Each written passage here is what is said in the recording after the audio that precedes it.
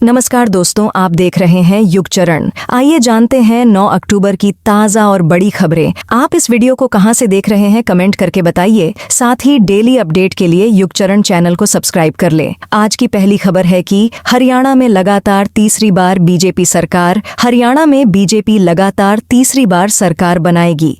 राज्य में ऐसा करने वाली वह पहली पार्टी होगी। राज्य की कुल 90 सीटों में से पार्टी ने 48 सीटें जीतकर बहुमत हासिल कर लिया है।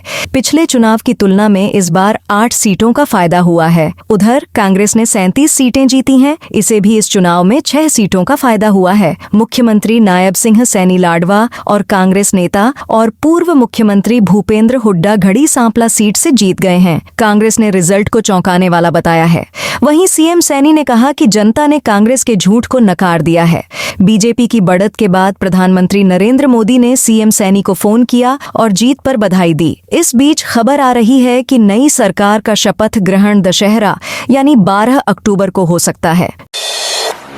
जुलाना से विनेश फोगाट जीती। जुलाना विधानसभा सीट कांग्रेस उम्मीदवार पहलवान विनेश फोगट ने भाजपा उम्मीदवार कैप्टन योगेश बैरागी को 6015 वोटों से हराया है। विनेश फोगाट को 65,080 वोट मिले हैं। भाजपा के कैप्टन योगेश बैरागी को 59,065 वोट मिले हैं। इंडियन नेशनल लोकदल पार्टी के उम्मीदवार सुरेंद्र लाठर को 10,158 वोट मिले हैं। वे इस चुनाव में तीसरे स्थान पर हैं। जम्मू कश्मीर में एनसी कांग्रेस की सरकार। जम्मू कश्मीर से आर्टिकल 370 हटने के बाद हुए विधानसभा चुनाव में इंडिया गठबंधन ने 49 सीटों पर जीत दर्ज की। गठबंधन में शामिल नेशनल कॉन्फ्रेंस को सबसे ज्यादा 42, कांग्रेस को 6 और सीपीआईएम को 1 सीट मिली। सरकार बनाने के लिए 46 सीटों की जरूरत है। भाजपा ने 29 सीटें जीती हैं। पार्टी को पिछले चुनाव के मुकाबले 4 सीटों का फायदा हुआ है। हालांकि जम्मू कश्मीर भाजपा अध्यक्ष रविंदर रैना नौशेरा सीट से एनसी कैंडिडेट से करीब 8,000 वोटों से हार गए। उन्होंने पार्टी हाईकमान को अपना इस्तीफा भेजा है। पूर्व मुख्यमंत्री महबूबा मुफ्ती की पार्टी पीडीपी ने 3 सीटें जीती हैं। पिछले चुनाव में पार्टी को 28 सीटें मिली थीं। पहली बार चुनाव लड़ रही महबूबा की बेटी इल्तिजा मुफ्ती श्रीगुफवारा बिजबेहरा सीट से करीब 9,000 से ज्यादा वोटों से हार गईं। नायब सैनी के 8 मंत्री चुनाव हारे। हरियाणा में मुख्यमंत्री नायब सैनी की सरकार में 8 मंत्री और स्पीकर विधानसभा चुनाव हार गए। सिर्फ 2 ही मंत्री चुनाव जीत पाए। जीतने वाले मंत्रियों में पानीपत ग्रामीण सीट से राज्य मंत्री महिपाल ढांडा और बल्लभगढ़ सीट से कैबिनेट मंत्री मूलचंद शर्मा शामिल हैं। पंचकूला में स्पीकर ज्ञानचंद गुप्ता को हार का सामना करना पड़ा। उन्हें पूर्व मुख्यमंत्री भजनलाल के बड़े बेटे कांग्रेस उम्मीदवार चंद्रमोहन बिश्नोई ने हराया। नूंह में राज्य मंत्री संजय सिंह हार गए। यहां कांग्रेस उम्मीदवार आफताब अहमद ने जीत दर्ज की। नूंह की 3 सीटों पर कांग्रेस की जीत। नूंह जिले की 3 सीटों पर मतगणना संपन्न हो चुकी है। यहां पर कांग्रेस ने 3 ही सीटों पर कब्जा जमा लिया है। फिरोजपुर झिड़का से कांग्रेस के मामन खान ने 98,441 वोटों के बड़े अंतर से जीत दर्ज की है। उन्हें कुल 1,30,497 वोट मिले। वहीं इस सीट से दूसरे नंबर पर रहे भाजपा के नसीम अहमद को 32,056 वोट मिले।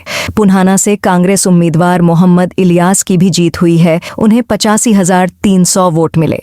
वहीं इस सीट पर दूसरे नंबर पर रहे निर्दलीय उम्मीदवार रईस खान को 53,384 वोट मिले।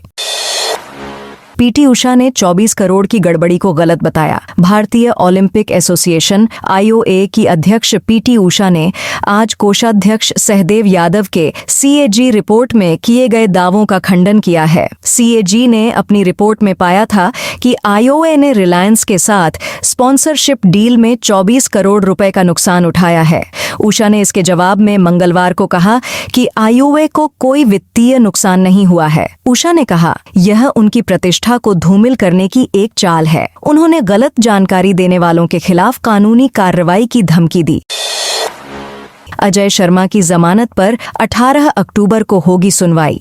वाराणसी में 14 मंदिरों में देवी देवताओं के साथ लगी साईं प्रतिमा हटाने के मामले में जेल में बंद अजय शर्मा की जमानत अर्जी पर 18 अक्टूबर को सुनवाई होगी। सोमवार को सनातन रक्षक दल के अध्यक्ष के अधिवक्ता विवेक शंकर तिवारी ने सोमवार को अग्रिम अंतरिम जमानत अर्जी प्रभारी जिला जज की अदालत में दी, जिस पर अदालत ने 18 अक्टूबर को सुनवाई की तारीख तय की है। इसके पहले पुलिस ने अजय शर्मा की रिमांड के लिए कोर्ट में आवेदन दिया था। इस पर आज कोर्ट ने अजय शर्मा को जेल से तलब किया है।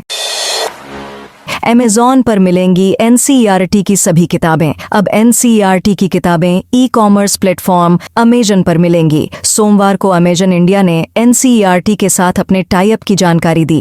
कंपनी ने कहा कि किंडरगार्टन केजी से लेकर 12वीं तक की सभी किताबें ऑनलाइन प्लेटफॉर्म से सीधे ऑर्डर कर सकेंगे।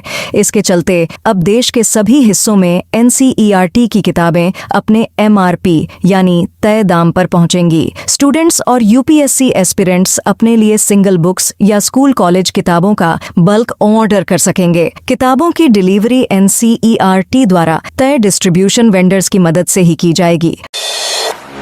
मेडिकल कॉलेज के 50 डॉक्टर्स का इस्तीफा। आरजीकर मेडिकल कॉलेज में मंगलवार को सामूहिक इस्तीफे दिए गए। 50 सीनियर डॉक्टर्स ने आमरण अनशन कर रहे जूनियर डॉक्टर्स के समर्थन में रिजाइन कर दिया। न्यूज एजेंसी पीटीआई ने सूत्रों के हवाले से बताया कि मंगलवार को मेडिकल कॉलेज में कई डिपार्टमेंट और उनके हेड्स की मीटिंग हुई। इस मीटिंग में इस्तीफा देने का फैसला लिया गया। एक सीनियर मेंबर ने कहा, जूनियर डॉक्टर्स एक मकसद के लिए आमरण अनशन कर रहे हैं। हम उनके साथ मजबूती से खड़े हैं और यह संदेश देने के लिए हमने इस्तीफे दिए हैं। इंस्टाग्राम की सर्विस करीब 1 घंटे ठप रही। दुनिया भर में इंस्टाग्राम की सर्विस आज मंगलवार को करीब 1 घंटे ठप रही। इंस्टाग्राम सुबह करीब 11:30 बजे डाउन हो गया था। कई यूजर्स ने अन्य सोशल मीडिया प्लेटफॉर्म्स और service monitoring platform down detector पर इसके डाउन होने की रिपोर्ट की। इंस्टाग्राम डाउन होने पर कई यूजर्स को ऐप लॉगिन में समस्या आ रही थी, तो वहीं कुछ users server connection issue face कर रहे थे। वनडे में दूसरी बार आयरलैंड ने साउथ अफ्रीका को हराया। साउथ अफ्रीका और आयरलैंड के बीच 3 मैचों की वनडे सीरीज के आखिरी मुकाबले में आयरलैंड ने साउथ अफ्रीका को 69 रन से हरा दिया। कप्तान पॉल स्टर्लिंग ने 92 गेंदों में 88 रन बनाए, जबकि ग्राहम ह्यूम और क्रेग यंग ने 3-3 विकेट लिए। वनडे इतिहास में ये दूसरी बार है जब आयरलैंड ने साउथ अफ्रीका को हराया है। साउथ अफ्रीका ने पहले ही 3 वनडे मैचों की सीरीज के शुरुआती 2 मैच जीतकर सीरीज अपने नाम कर ली थी। महमूदुल्लाह ने T20 से संन्यास का ऐलान किया। साल 2024 बांग्लादेश क्रिकेट के दिग्गज प्लेयर्स के रिटायरमेंट का साल साबित हो रहा है। पूर्व कप्तान शाकिब अल हसन के बाद अब बैटर महमूदुल्लाह ने भी T20 फॉर्मेट से संन्यास का ऐलान कर दिया। वह भारत के खिलाफ जारी सीरीज के आखिरी मैच के साथ सबसे छोटे फॉर्मेट को अलविदा कह देंगे। मुकाबला 12 अक्टूबर को हैदराबाद में खेला जाएगा। तो दोस्तों, ये थी आज की बड़ी खबरें। आपने अभी तक युग चरण को सब्सक्राइब नहीं किया तो कर लें।